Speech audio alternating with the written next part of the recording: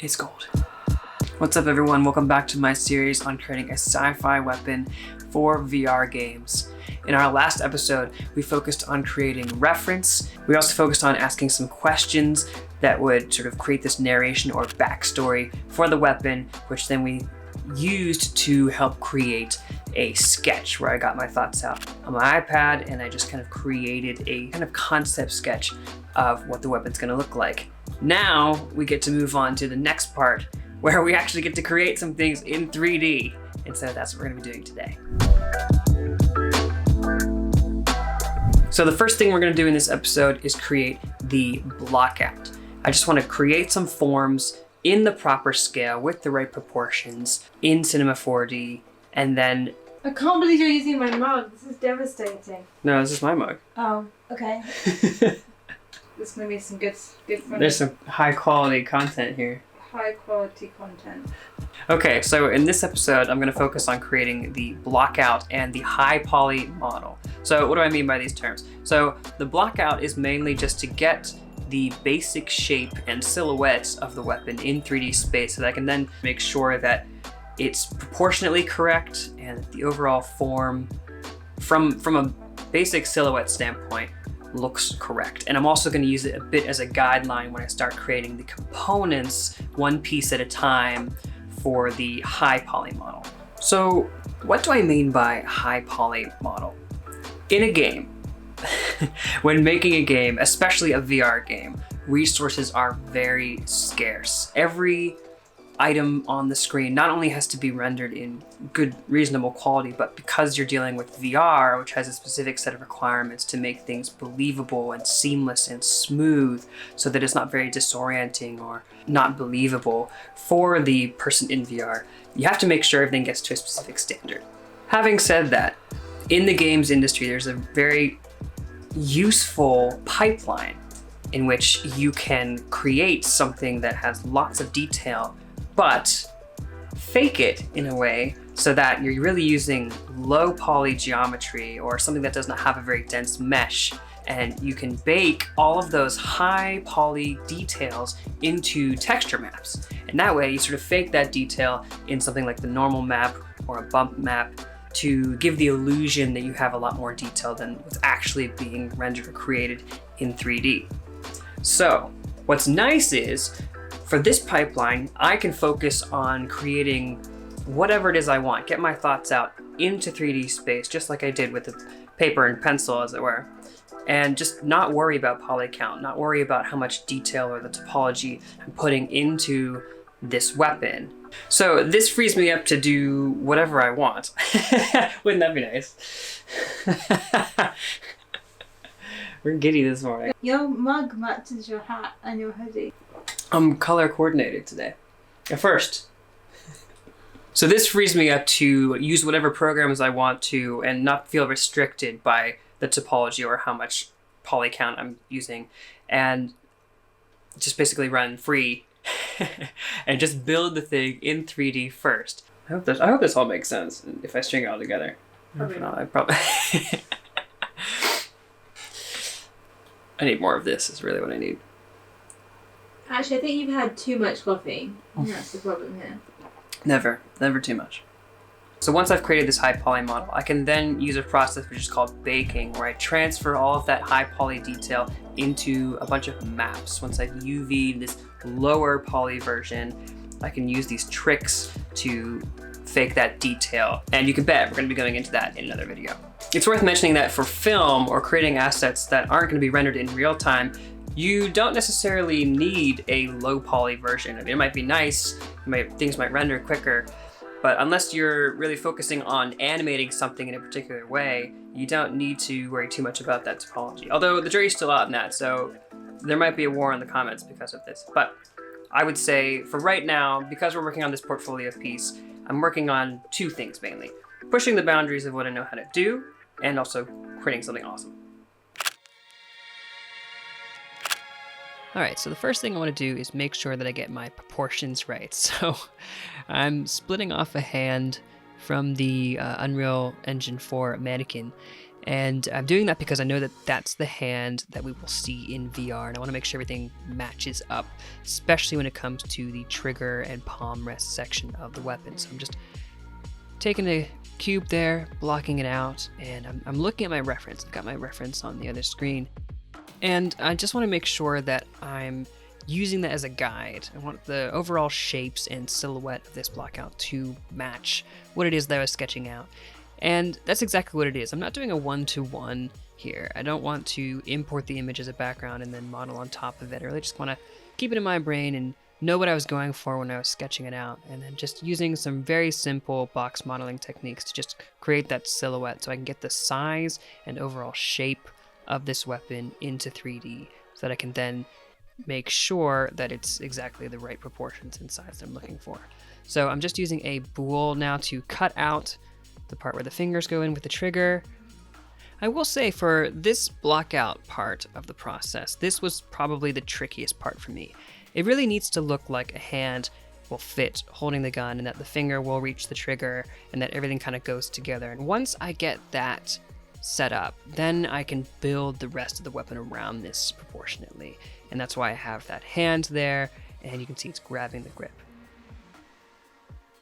So I'm just changing the working material color so I can see things a little bit better. And then I'm putting a couple of these cylinders in, one for the ray gun part in the front, and then you'll also see me putting one in for the muzzle or the barrel at the end. Again, should probably look up some of these terms. So I noticed in the back that what I had in my sketch didn't quite make sense. It'd be really difficult for a hand to fit. And that's because there was that pole in the way. So I ended up taking that back part of the weapon and extending it down and trying to connect it with a simple square piece. You'll see I actually end up removing that eventually, but it just wasn't really working out for me. So now I'm just adjusting that grip to understand the shape a little better and see what I can get out of a quick blockout. You see there, I just get rid of that extra piece and put the barrel where the energy fires out the front of the weapon. And then we've got these extra toruses to get that signature ray gun part in the front. Overall, mainly looking at the proportions and the silhouette for this part. And that's pretty much it for the blockout. All right, so we got our blockout done. Now I figured, since we're making something for VR, why not use VR to make sure that I got my proportions right and see what it looks like in Engine. So let's check it out. Okay, so I've imported the blockout into Unreal Engine 4, and here's what we get. So now let's check it out in VR. So I've loaded the model into the map. It's kind of like the standard map for VR. And here's just a couple, here's something that I made from one of my other portfolio pieces. It's just a plant that's got some really cool texturing on it. I wanted to see what it looked like in Engine and VR, but here we go. So here's the blockout, and I guess the first thing I'm really surprised at seeing is that it's quite big. It's going to be weird getting used to what things look like in Cinema 4D and then transferring them one-to-one in Engine. But actually, I'm not mad about it, actually. I think it looks pretty good. I think looking at it as a weapon in VR, I think that's pretty cool. Yeah, because it is supposed to be a rifle and it is supposed to be elongated this way. So yeah, I'm impressed. Okay, seeing the hand fit where the grip is, I'm going to change later on what happens when you grip the weapon so everything fits correctly. But yeah, that looks like it's going to be good. The front looks fine. This is really cool. Being able to see something that I've made just instantaneously in VR, grab it, move it around, put it down. Awesome. So I think this is a good size, and we're going to base everything off of this sort of blockout shape silhouette and make sure that everything remains proportional. Okay, so now that the frame is looking good, I'm going to use it as a guide, and I'm going to break the weapon up into different components, similarly to how it might be constructed in real life. Breaking the weapon up into components like this is really allowing me to focus my efforts and time on specific pieces and making sure I can really adjust and refine the detail that I'm looking for. You can see I'm creating these edge loops and making sure that the corners are all rounded. As there's nothing ever fully sharp, there's some sort of roundedness to each of those corners. So adding the realism by throwing it into a subdivision surface and making those cuts where they need to be. Up next here, I'm adding those pipes in, and I'm using a technique called a sweep, where I can take two splines, one a circle and one this curve here, and I can connect them together and then have the circle sweep across that other spline to create that pipe. And this keeps it a bit parametric, so I can move that longer spline and adjust it as I go, then I can adjust the rounded corners where the pipe turns and give me more freedom overall. There's a really nice tool in Cinema 4D called the chamfer tool, where I can take a hard point there and bevel it out, which is really helpful. So it's just one component at a time before we get to the next stage for our high poly model. Okay, look, I've gone full-on vlogger handheld camera mode. Okay, so I've done a little bit more modeling here. I put it back in Unreal Engine 4. Now it's time to check it out in VR. Oh, that looks great. Okay. So I've just added a bit more detail. Yeah, now it's really coming together. We've got the pipes, we've got the connectors. There's the trigger. Yeah, it looks good from firing. I think we're on a pretty good path here. This is so cool, being able to interact with things that you've made in VR and really get to see them from all angles. So I wanted to talk a little bit about the tool set involved in creating an asset for video games, for film, any kind of digital asset they need to make. And there's so many different parts to it, which is why it kind of gets complicated, and so you can sort of wrap your mind around the whole process. So the first thing that you need is some sort of modeling package like Maya, Cinema 4D, Blender, 3ds Max. All these applications allow you to create the polygons, the vertices, the shapes, the geometry in 3D space in the computer. And a lot of times, that's the only piece of software that you need. If you're just looking at rendering something out, or you're just building these models and maybe putting them on a website or displaying them on your portfolio, that might be all you need because a lot of them have render engines built in. The next part is the texturing part, the texturing suite. So you need a program that allows you to apply materials or create these different maps involved, such as making height maps, color and albedo, roughness and specular, reflections, anything like that. And so this can be anything from using the Substance suite to Mari, any kind of program that allows you to combine these maps and alter them in an intuitive way and then apply them to your model. Now, you won't be able to apply anything to your model unless you have the UV set up. Now, a lot of these programs like Maya and Cinema 4D have UV tool sets, but there are also many standalone UV applications out there that might do the process more akin to how your brain works. Another part of the process, which I talked about earlier, is the baking process. And this can be done usually in texture software, and I believe some applications like Cinema 4D, believe it or not, and Maya have built-in baking applications, but you can also use a separate piece of software that's designed for baking, similar to UVing, where if it works in a way that you like to work with, you can apply that software to it. Finally, once you have this asset all created, you have the textures, everything's unwrapped, you have all the modeling and geometry, I basically said that all backwards, now you need to render it. And so there's many applications like Cinema 4D that have built-in render engines. I know there's Arnold in Maya, but a lot of times you want to practice learning how to use a real-time render engine. So this could be anything like Unreal Engine 4 or Marmoset Toolbag. Learning how to master these render engines really allows you to display your portfolio pieces with all the flash and flare that they deserve. It's really important to learn how to show off all of the work that you've done so that people can really appreciate it. So which tools am I going to be using? Well, first off, I'm going to be modeling everything in Cinema 4D. Cinema 4D is the program that I learned very first in my journey with 3D, and it just works well with my brain. So Cinema 4D is what you've seen right now, me modeling everything in. For some organic edge wear and dents and things like that, I'm going to be using ZBrush. ZBrush is an amazing sculpting software. It does many other things, but it's the quickest and most intuitive way for me to be able to add some scratches and dents to the sides of the metal and all the different pieces of plastic, and then apply that to our high poly model. For UVing, like I mentioned before, many apps have UV functionality built in, but there's one that's the king, that's at the top of my list, that I use all the time that makes it so simple to do UVs and unwrapping, and that is Rhizome UV. Rhizome UV allows you to import any model, and most of the time you can auto unwrap things with various algorithms and it'll turn out just fine. But if you want to, you can make it as complex and as custom and specific as you'd like. And so I'm going to show you how I do that when we get to unwrapping and creating our low poly model. When it comes to baking, I have two options, and I can't really decide right now which one I'm going to do, but I'm going to talk about it when I get to it, and that is I can either use Marmoset Tool Bag to bake everything, or I could also use Substance Painter because it has amazing baking functionality built in as well. Substance Painter and Substance Designer are the tools that I'll be using to create my textures. Now, if you've seen other videos in this channel, you know that I use Substance Designer all the time to create any kind of material.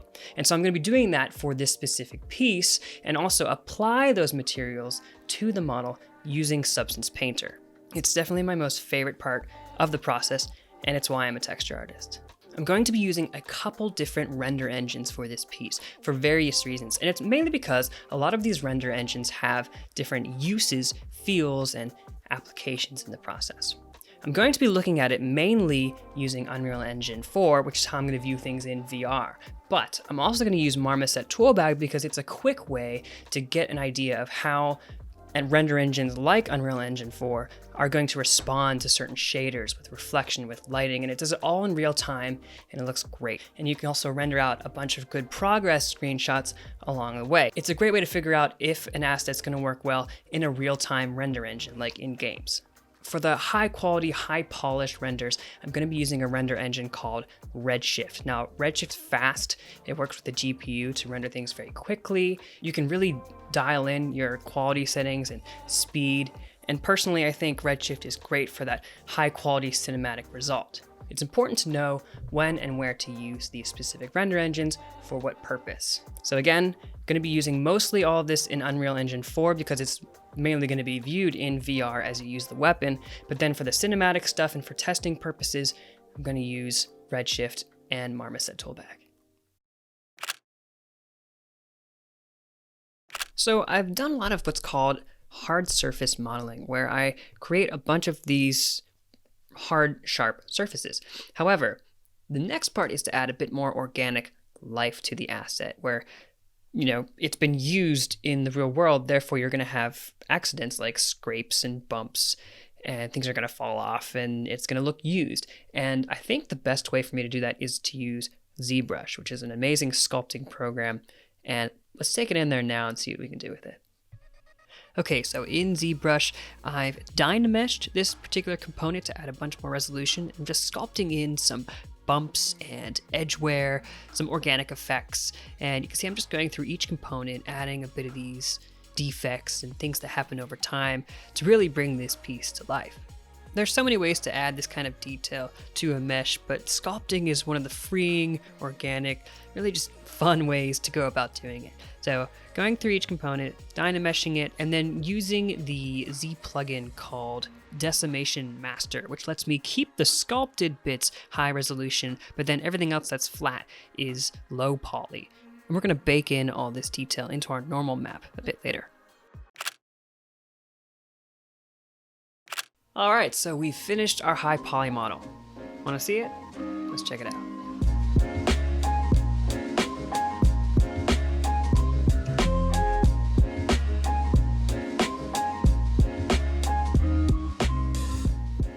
Wow, all right, this video was packed. We had a lot of things going on. Let's overview a little bit about what we did.